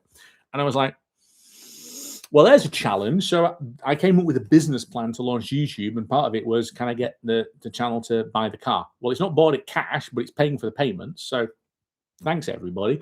But look, my son, my now 18-year-old going off to university in a couple of months, son, found it quite bemusing when we were on our way down to Tank Fest down in Dorset at the Tank Museum, and I think we'd stopped at the Amesbury Supercharger, and someone was waving and someone else was chatting, and he described me as a Z-list celebrity, and I was like, I've made it. My son thinks I'm a Z-list celebrity. But look, people come up and talk to me at superchargers and stuff, and it's nice, right? I don't mind it at all. It's kind of a little bit like, my God, am I being spotted here? Let's be honest, right? I am a whore. I put J27 GET on the front of the new car. Just get, right? I am a publicity whore. I am pushing it to try and get noticed a little bit because I want to up all the numbers. If I'm doing this, let's fucking go at it properly, boys. Right? So there is an element of that, but look, when people stop, and the nicest thing that anyone says is that they've bought a Tesla because they've watched my stuff. That's like, okay, I'm doing something. Some people going about, oh, I'm an influencer, and I don't want to describe myself as an influencer. I'm a part-time amateur YouTuber, but I'm obviously doing something because we've been on now for an hour and a quarter, and there's still 72 people on, and there's a load of points I haven't even got to yet. So I'm doing something right. But yeah, it's really nice. Final point, and then I'll go on to the comments. The funniest thing that anyone's ever said to me, and he didn't intend it to be funny, but I thought it was fucking great. Where was I? Hilton Park on the M6, just north of Birmingham, northbound. So I was on a whole day trip down from Somerset back home, right? So that's 12 hours or so in the car. I drove. If anyone knows Hilton Park, northbound, it's a long sight, right? The chargers are right at the far end of the car park, and the building where the toilets are is at the other end. And I'm, 49 and a half. I need a wee. So plug the car in, go down all the way down the car park, have a slash, and I'm coming back up, and I saw this guy driving in, and the chargers were empty otherwise. And to be fair, he didn't go in the stall next to me, which was good, so he wasn't splitting the charge. And I'm walking back doing a quick piece to camera right? And he sees me doing that, and he gets out and he goes, "Oh, hello, you look a lot thinner on YouTube." And I'm like, "You cheeky fuck." I didn't say "you cheeky fuck." I said, I made a joke out of it, but there's an element of, yes, I know, I've got titties, I've got a belly, I know, right? It's called middle-age spread. Right? where you're overworked and stressed and hassled, and you drink too much of this shit. And oh god, did I mention whiskey? I love whiskey, right? And cake, right? It happens to quite a lot of us, but that you look much thinner on YouTube was you cheeky cunt. Anyway, let's move on for it. So, right, okay. Mike Bragg says, I did the same and upgraded for the audio. Yeah.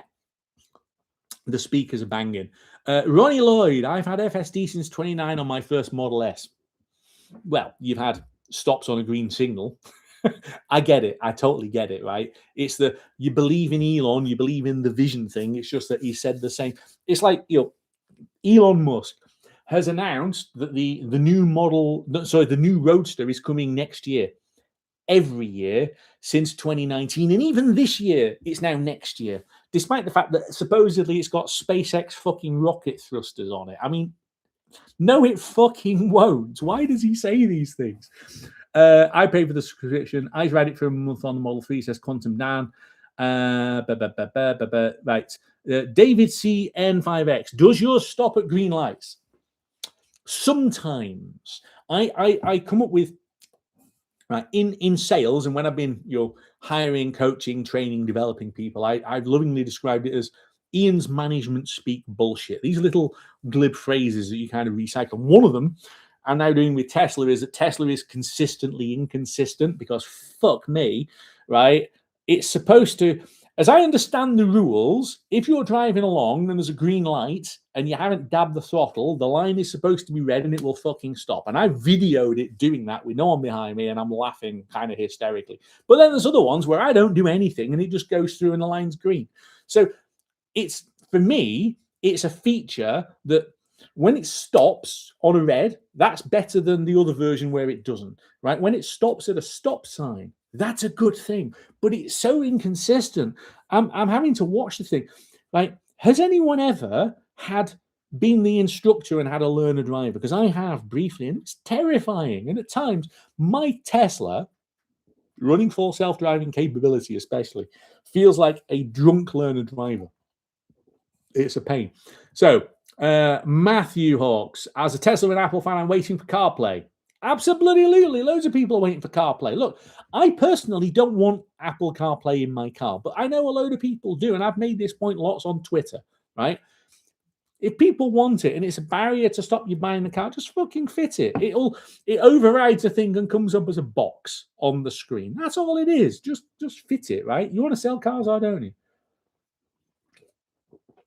He is talking about legal FSD, same like in the Netherlands. Well, so it was an L or an N. Not entirely sure.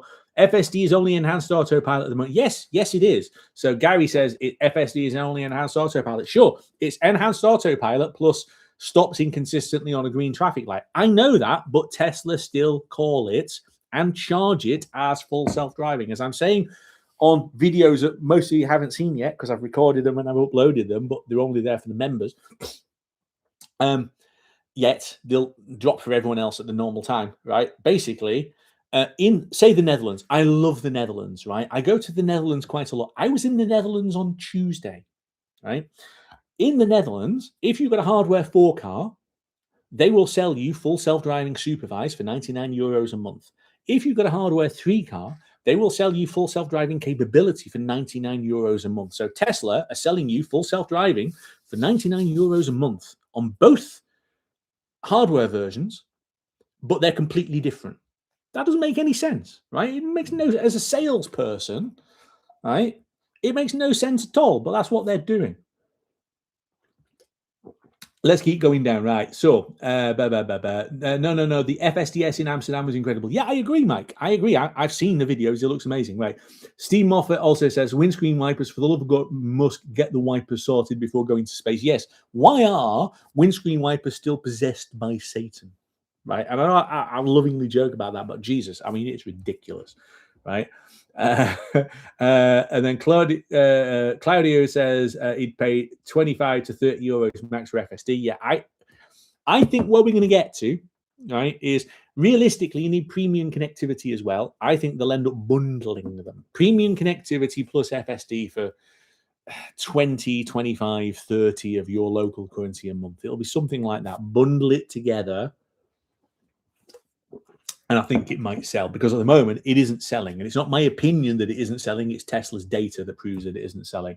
FSD makes sense. Claudio says FSD makes sense on highways, other roads. It takes away the fun of driving. I cannot agree with you any more than saying you're absolutely right. Totally, it's very true. Mike Bragg says once users actually experience it, it'll take off big time. Maybe 99 quid a month is too.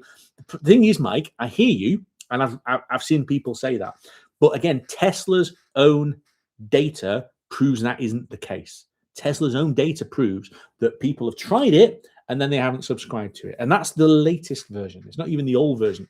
It's not my fault. It's just their data. Richard Brooklyn, I want FSD. I'll be one of those insufferable pricks who will use it 99.8% of the time. God bless you. We need some more of them. Honda 5. The reason for your boot freezer gadget. Yes, because I actually like the fridge. I'm going to carry on down these. Right, the fridge. So I got several channel sponsors, right? So EV Base and 3W Autolife are the two biggies. Then Jawa, right? Actually, three biggies. Sorry, Jawa, right? EV Base, Jawa, and 3W. There's a new one about to come on board as well. But in the past, I've had other people. So I have had Tilliard, who actually supplied the fridge, and also one called Hanshow. But what I discovered with those guys is that, and I think EV Base are probably in a similar position, they're basically all resellers. They don't make most of the stuff. Right? EV Base make their own covers, I think, right? But with some of this, I basically had a fridge to review, yeah, and then I got sent an upgraded fridge, and then I got there was a debate about which fridge I was getting, and I think it was Tilliard changed the fridge they were sending. So suddenly I had two of the fucking same fridge arrive within 2 days of each other from different companies. The problem was that Hanshow wanted about $150 more than Tilliard, and the guy at Hanshow was then going absolutely nuts, going on about, you can't mention price because we know we're really expensive. Well, why are you really expensive? Right. So the fridge, I've had a fridge, and I gave a fridge away because I had multiple fridges. But yeah, it's really useful for drinks and stuff like that. Really useful. But it's also really useful for, as I did on Monday. So on Monday this week, and there is a video. There's two videos, actually. There's me driving down to Edinburgh, wafting along on UK FSD. And then there is car versus plane. Because 6-7 weeks ago, whenever it was, I drove from up here in northeastern Scotland all the way down to Folkestone and through the tunnel and then through France and Belgium and the Netherlands. On this one, I flew, but I flew from Edinburgh rather than Aberdeen to Amsterdam because at the moment, KLM are charging the same pence per mile as a bar of gold to fly from Aberdeen to Schiphol. So I went down to Edinburgh and got on EasyJet instead. So I drove down on Monday after work, and I stopped at a couple of supermarkets and I bought the samples that I needed, and they're chilled, and I shoved them in the fridge, and the fridge was full. Get down to the airport, park up at the hotel, leave the fridge on overnight with the accessory power switched on, yeah, and then at 5:30 in the morning, I go back out, open the fridge, everything in there is really cold, stick them in the cool bag, ram that into my rucksack, which just about fitted in the sizer on EasyJet. This is coming on a video, right? Well, the return leg is. So 5:30 in the morning at Edinburgh Airport, I've got a backpack full of corn, right? In a coal bag, shoved in my rucksack, and then through Edinburgh Airport. And Edinburgh Airport is a disgrace in terms of the amount of space that it's got for security, and everyone knows it. EasyJet flight across to Schiphol. Got through security in Schiphol in 10 minutes because the new EES system was working and there was no queue and it was amazing. and then on a train to Utrecht, then on a train to Gouda, and then I walked to the factory and handed them over. So they'd only been out of the fridge for 5.5 hours. But that's why I have a fridge. And actually on the trip where I drove, and I've done the video that you're not going to see it for the best part of a month unless you join the channel memberships. But that video, I'm then comparing the flight version versus the driving version. But on the way back, I had the fridge going. I had my giant cool box thing that's next to my desk going. I needed to keep chilled and frozen stuff together because I was hauling samples back from manufacturing partners in the Netherlands. It was a right ball ache, but that's kind of what you can do with the fridges. So anyway, right, where are we?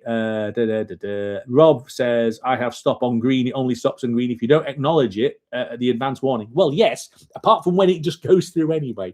It's really bizarre. Oscar says, brilliant, Ian, you're bringing hemp cakes to our supermarkets. Not quite, but not far off it.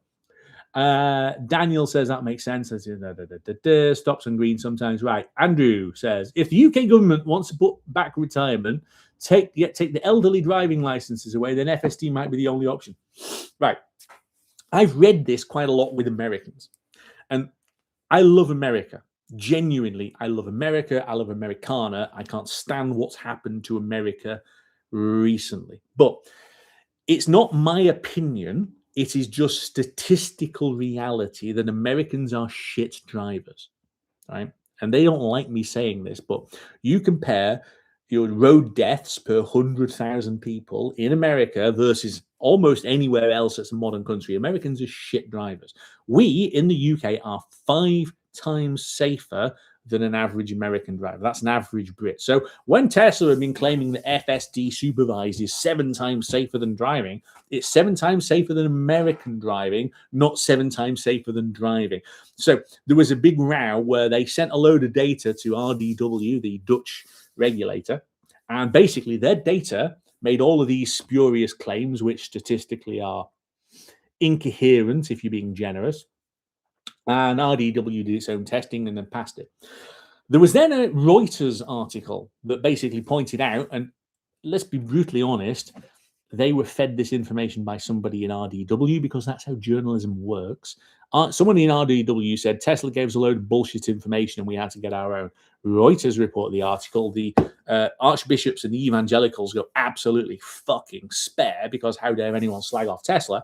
But it was all about the fact that basically the driving standards are really poor in America. So in America, supposedly, they've got this brilliant idea where unsupervised full self-driving is going to allow drunk people and incapable people to drive. Hell, they want drunk and incapable and very infirm elderly people to be able to sit in a car where it's full self-driving supervised. There's people saying, hey, my 85-year-old mother is buying a Model Y because it's got full self-driving and she doesn't have to drive it. Yes, she fucking does. Yes, she fucking does. It's level 2 ADAS. Legally, she's responsible if she mashes the throttle instead of the fucking brake and it goes into someone's house and kills them. Oh, that's already happened, right? It's not unsupervised. We are not getting unsupervised certainly not on private vehicles and certainly not in Europe. You can have unsupervised taxis that are licensed. Look, I've read the law. Right, the new law in the UK that creates the framework for this talks about a licensed operator of unsupervised vehicles. Well, it's a fucking taxi, boys. Right? It's not like amazing. Oh, look at this! It's a taxi, and according to the business plan, it's a cheap taxi. That's the entire business plan. I mean, look, I know, Andrew, you're saying about it'll take a driving license away from the elderly. They won't be allowed in the UK.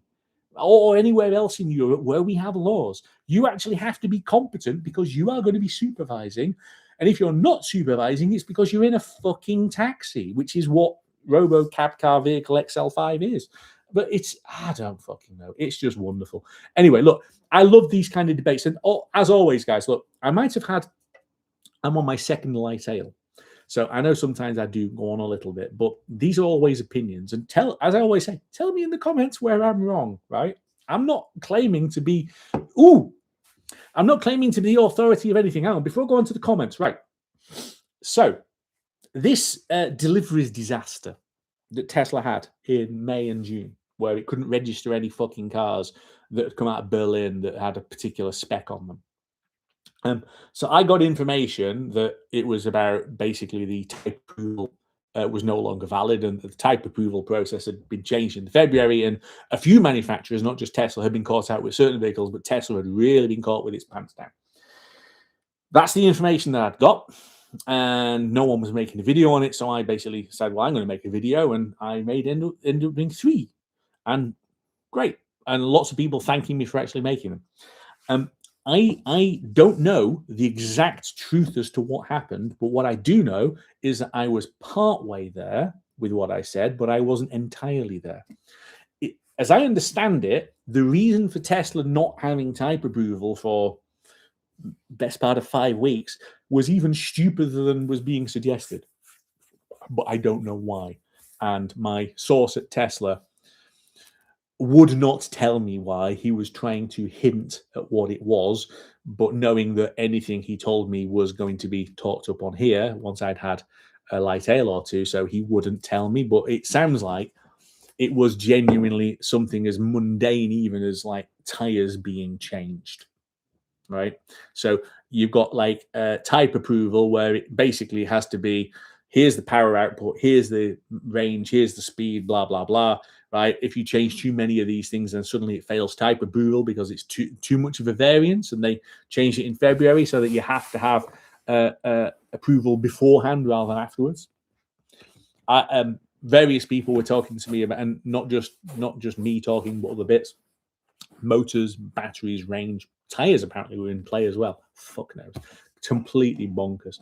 So that was UK thing from Andrew. Rob F says, okay, yeah, fine. Claudia says, Ian, do you see a real competition for the Model Y, Xpeng G6, for example? Like, Model Y is one of the very best selling cars in the world for the last 3 years. Of course, there's competition. I honestly don't know anything about Xpeng other than obviously it's a Chinese company and the cars look quite good. Of course, there's going to be competition. Look, here's the point, right? This is all about choice. What I like isn't necessarily what you like, and vice versa.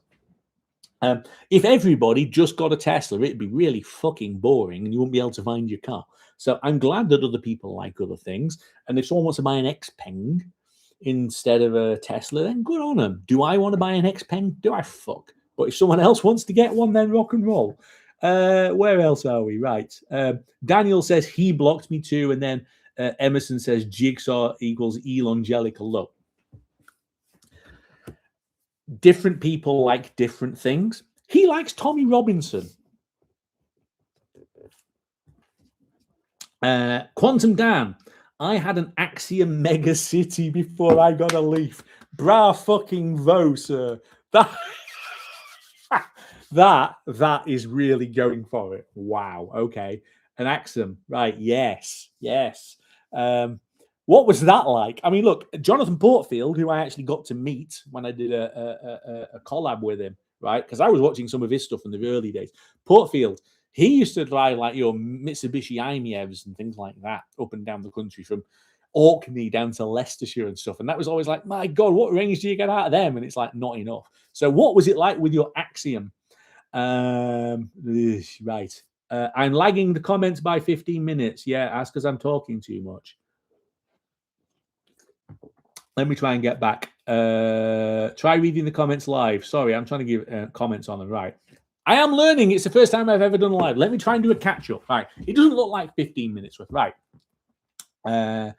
Oscar says, EV tech has just started to filter into electric wheelchairs. I'm about to drive a Strut EC1 in a fortnight. It has AI voice now, LiDAR, and umpteen other sensors. Good. Okay.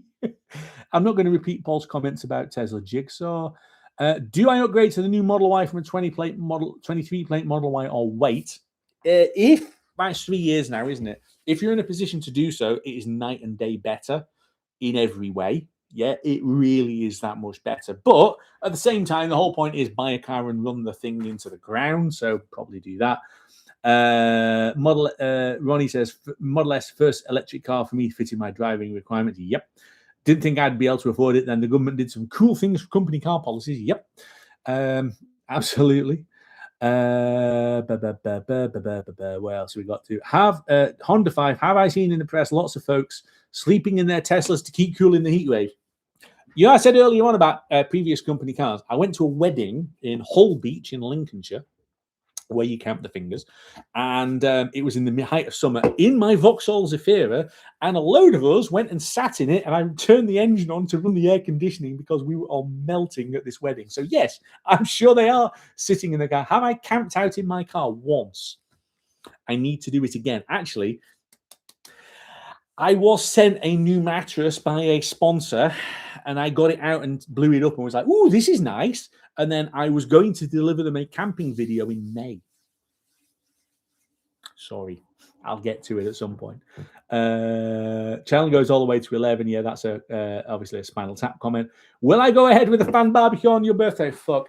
Yeah, I said this before I actually spoke to wifey.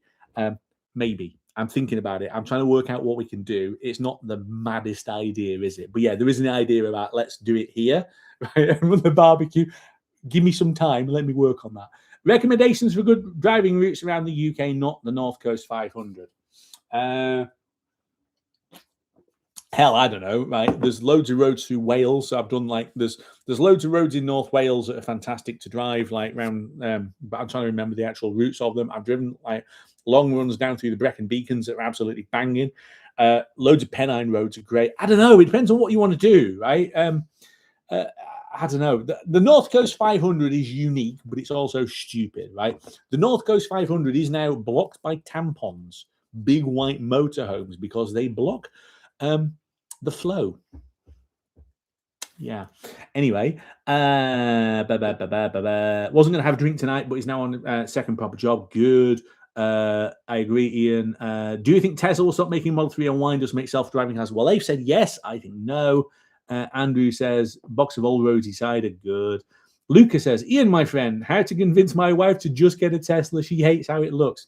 Looks are subjective. I'm a deviant. I actually like the Ferrari Luce, right? No one else does. I think it looks fantastic, at least at the front and the rear. The side, a little bit, but here's the point. I think most Ferraris look awful. So I think this looks way better than all of the other Ferraris they've run recently. So I don't know. It's always subjective, isn't it? Ronnie says he's never had a diesel, but he's had 4 petrol cars and 200,000 miles in each of them. Good. Absolutely. What was my very first car? Asked Quantum Dan, who had a Mark II Escort. Mine was a Mark VI Mini Mayfair. I loved that car. You drove it, and then the vibrations on the engine disappeared over 5,000 revs, which was 70 miles an hour on the motorway. I will try and plow through all of these. Everyone raves about diesel cars, says Ronnie Lloyd, but he doesn't like them. Don't you put bay windows on a slum? Okay. Ash McGough asks, what are your thoughts on a subtle aftermarket spoiler that looks OEM? Thinking about getting one of my new Model Y. If that's what you want to do, great, because loads of cars have spoilers and things. I can't do that, and the insurance won't like it. I've had loads of offers for body kits and shit, and I was like, I do not modify the car. By the way, the acceleration boost, according to several insurers that I've had, is not a modification because it's software. If you have got things like new hubcaps or wheel covers, according to my insurance, they're not a modification. Stick a spoiler on the back, that's a modification. But yeah, okay, let's have a go. Drinking challenge, says Kem. One drink for every question asked. Well, I mean, I've been sipping this for quite a while, I've had to be fair. What's the best car you've ever owned, says Kem. I bet it better be a Tesla. That's entirely subjective. Have you seen me doing a couple of videos about what is supposed to be my son's Mini?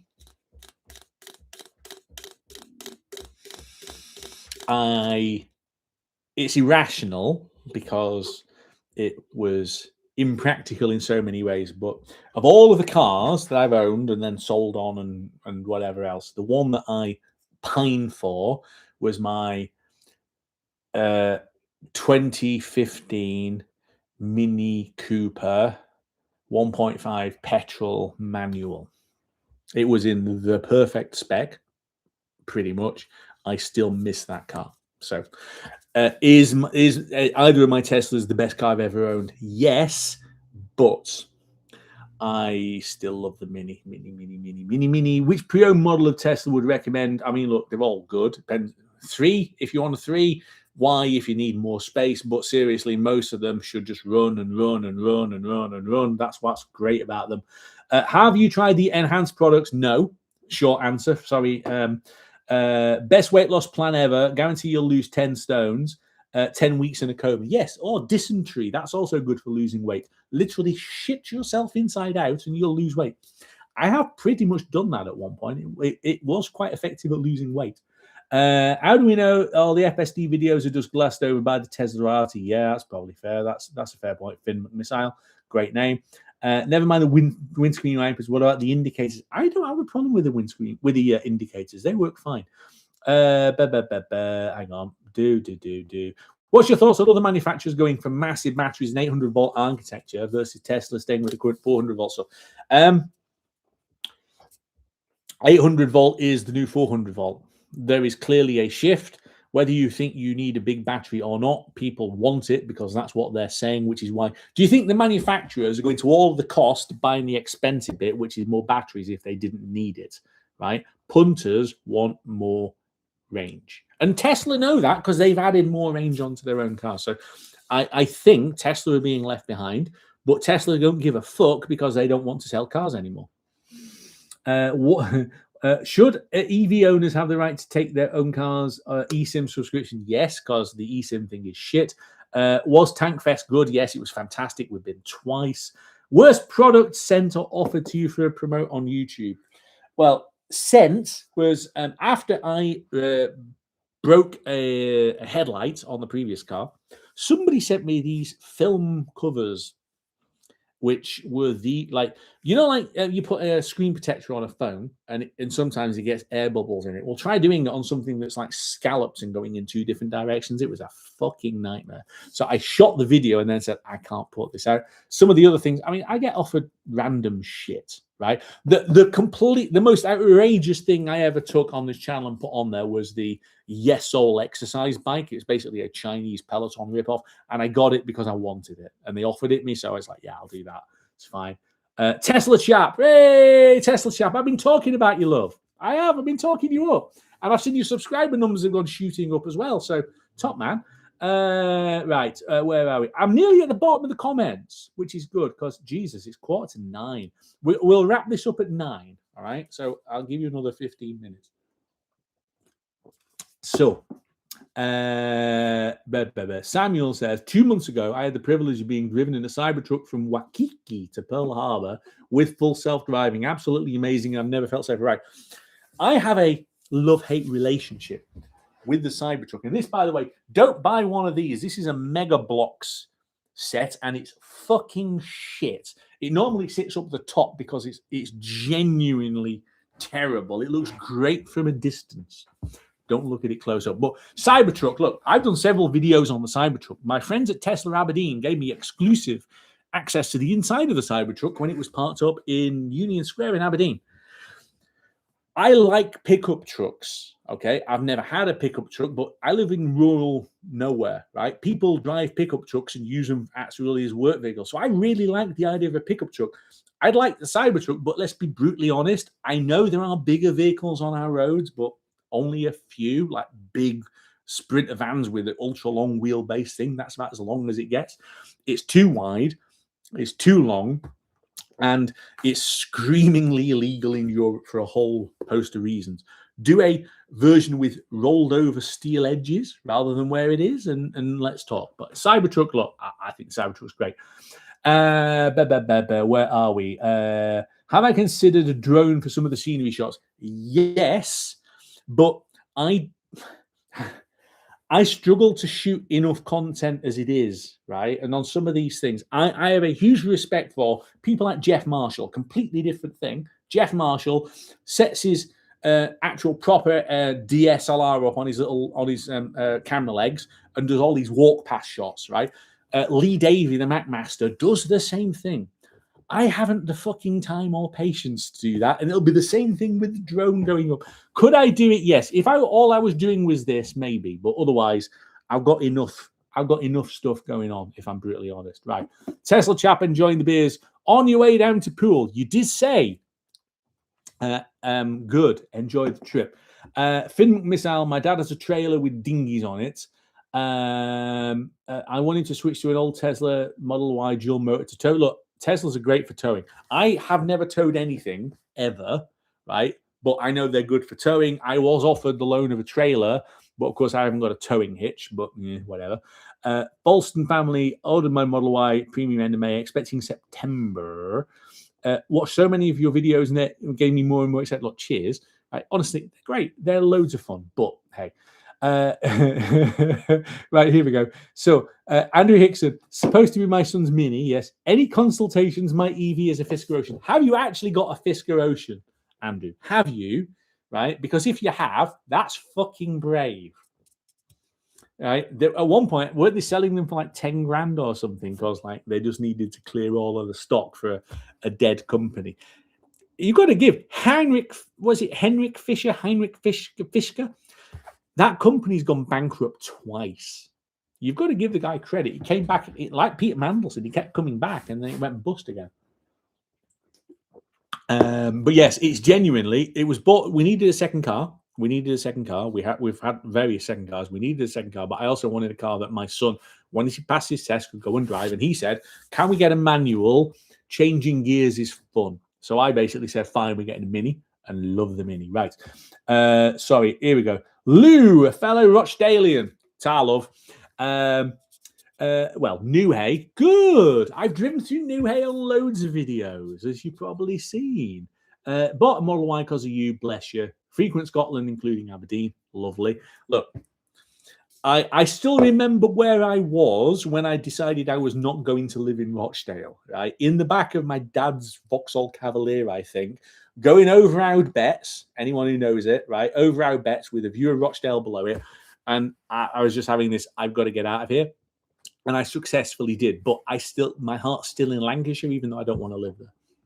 A bit like Sean Connery going on about it's time for a change in Scotland. It's time for the SNP, recorded in fucking Barbados, right? Yeah. Did I go to Tesla Supercharge at Millbrook? No, because of calendar clashes. I can't do all of these things. Giving my Tesla Model Y back to the PC company, I've ordered a Moda 9. Have I looked at these cars? Do I think they're the best competition to Tesla?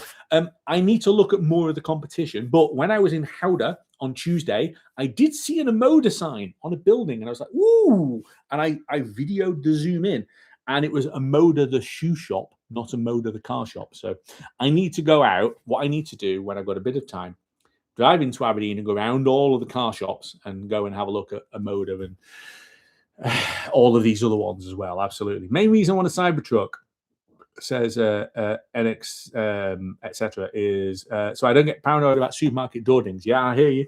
We've all had them. Finn McMissile, Model 3, best competition right now, a new i3 or CLA Electric, Model Y, or Hyundai Ioniq 5. Look, I love Hyundai. We've had loads of Hyundais in the past. So Hyundai, yay. Hyundai Kia's electric drivetrain is absolutely brilliant. Let's be honest. It's really efficient. They're great. I love the flappy paddles. I like being able to adjust it on the fly. We had an Ioniq, the previous Ioniq. We had the BEV version, and then we got the full electric version with the flappy paddles. I've had two Mitsubishi Outlander FEVs with the flappy paddles, so I like the flappy paddles. So Hyundai, yay. New i3. I'll be honest, I don't like the new class design language one little bit. We might get used to it, but not entirely sure.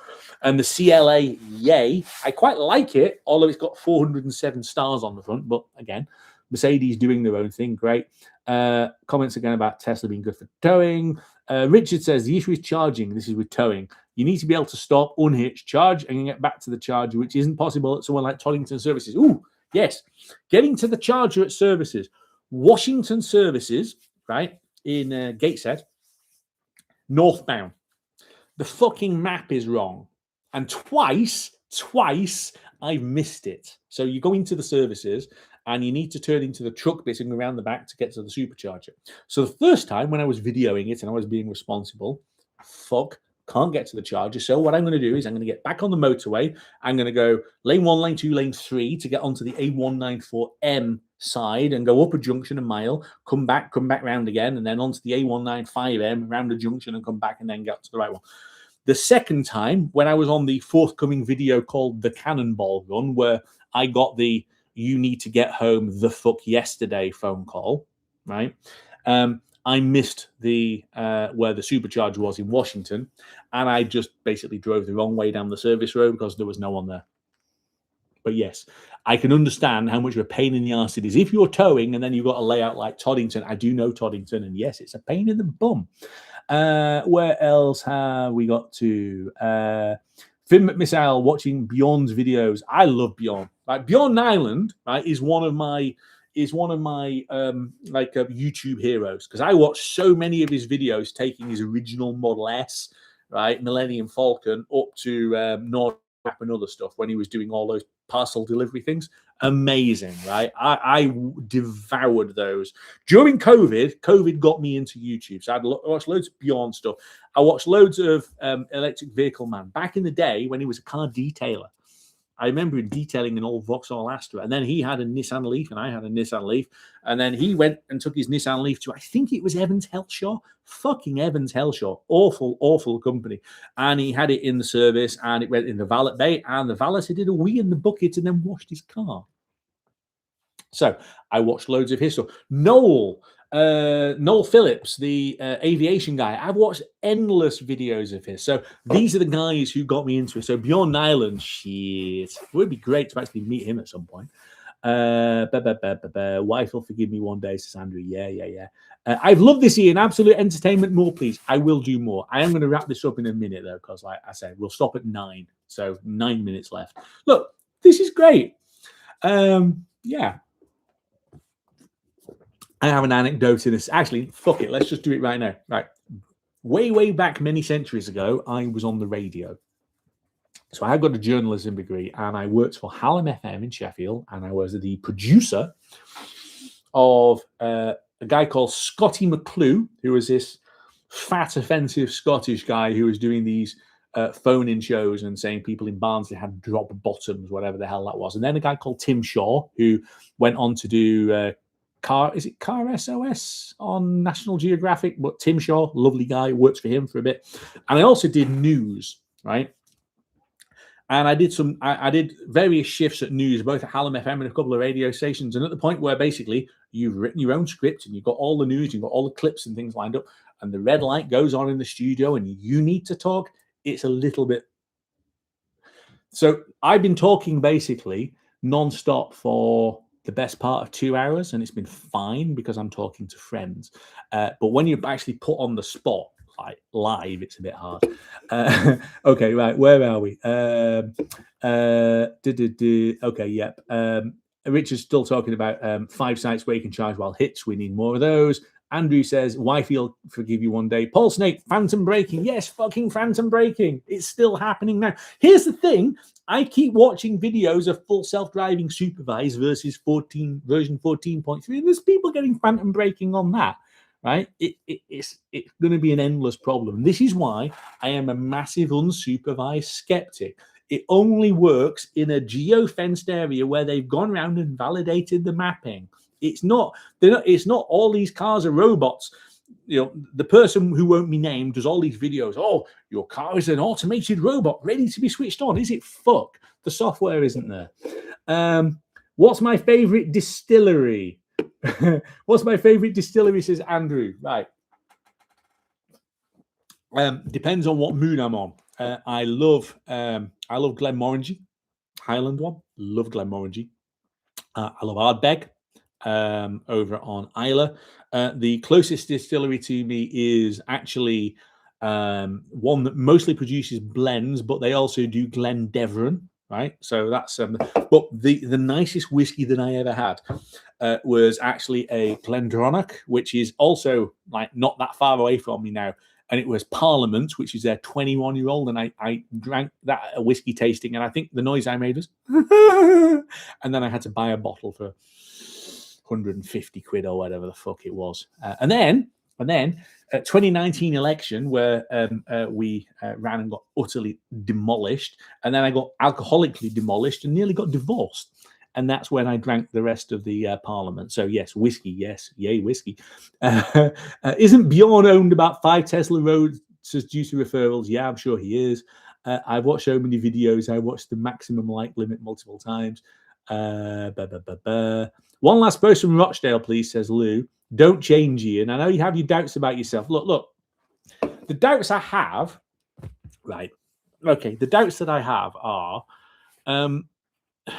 the funny thing is, when I've done sales personality profiling and stuff, I am generally not like when I'm doing number stuff. I love numbers. I love spreadsheets. I like diving into the detail. I'm not creative the way that this is. So there's been a whole load of remapping how I actually work to be able to do some of this. But look, I'm not going to stop. Occasionally you do think, am I a fraud? Also, I did have like every now and then you have an epiphany, right? I did have an actual epiphany like 15 years ago. But I get a YouTube epiphany, and it was realizing that actually, if I was mad and I wanted to go full time, and I wanted to become an elongelical, I love that phrase, elongelical, right? And literally, you'll blow smoke up the guy's fucking ass. Then I could probably get a faster growth in subscribers and revenue and all the rest of it. But fuck that shit. I'm not doing it. I'm going to say what I think, and you'll watch it or you won't watch it. And sometimes we all do this, right? I've spoken to loads of YouTubers, big ones, small ones, whatever, right? You put a load of work into a video and you think this is going to be great, and no one watches it. And you do one that's literally off the cuff, takes 5 minutes, and it goes bee, right? I'm going to remake one of my earlier videos. It's actually my highest performing ever video. I am remaking it. I've got a new channel sponsor. They've sent me the equipment, so I'm going to go and remake it. And part of the reason that I'm going to go and remake it is because it's the best performing video that I've ever done. And also the entertaining amount of cash that they're paying me to put their product on it, which is like yes, the answer is yes, I shall. But I'm not going to, I don't question myself too much. So, Lou, I do appreciate that, love. Thanks very much. Did you do Mark Meadowcroft at Hallam FM? I know the name. I'm trying to think back. I worked at Hallam FM in 1998, 1999. So it's going back a while. And I can't actually remember who the people were, half of them, if I'm brutally honest. I really can't remember. Anyway, look, I'm getting loads of loves and thanks and all the rest of it and whatever. But look, here's the point, right? You guys have sat out with me drinking beer for 2 hours. So I'd just like to thank you, right? There's still 70 people on after nearly 2 hours. Actually, no, 69 now. 69, dudes. Right, look, thank you. I really do appreciate it. It's surreal doing YouTube, and there are times where you do feel a bit, what the fuck am I doing? And sometimes I do need a little bit of love and assurance. So the fact that you're all still here and doing this and watching it, honestly, thanks. Right? It's been it's special. It's kind of the reason for sort of doing this, because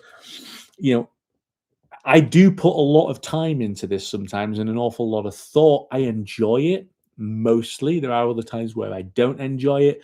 I have talked about mental health on the channel because I do suffer from depression. At the moment, I'm feeling fine, right? But there have been times where it's really fucking hard. So I really, really, really, really, really... Mark Meadowcroft replaced Scotty McClue, says Shorty. Fucking Scotty McClue. Scotty McClue pissed off over to Manchester. He went to, I think the station was called Century or something. No, what replaced Scotty McClue was the Tim Shaw phone-in, because I was the writer/producer. My God, we made up some bullshit. Right, just while I'm sharing the love, and there's 2 minutes to go before I will cut the thing off. Right, the beer. Everyone likes the beer. I like the beer. I used to do 10 p.m. till 2 a.m. doing Tim Shaw's phone-in, right, at Hallam FM, I can't even remember how many, every night a week. Once a week, we would finish the phone-in at 2 a.m. and we're getting Tim Shaw's Saab, and we would go to the Baltic King in Broomhill in Sheffield, and we would have the good shit curry, the one that like the staff had, right? And that first pint of beer at 2:30 in the morning with a Balti was fucking bliss, right? And people drink beer and all the rest of it. Every now and then you just have one and go, this is fucking beautiful. Anyway, this has been beautiful. Thanks very much, everybody, right? Yeah, this has been great. So I'm going to put this up as well, just so that people have got it, for the people who haven't seen it. But honestly, love you all. Thanks so much. And I will see you back here very soon. Fucking hell. I've had a couple of people. One last thing. If you've seen my emergency podcast channel that I do with my old mate, right? I do the one more thing all the fucking time, which when I get off and then we stop. I went to Pets at Home in Inverurie, picking up some cat litter. And the guy in there goes, hello again, YouTube. When I walked in, it's like, oh my fucking God. Yes, I am that guy. Yes. Anyway, look, God bless you all. It's been fab. Have a beer if you haven't done one already. And I will do this again, I promise. Okay. So love you all.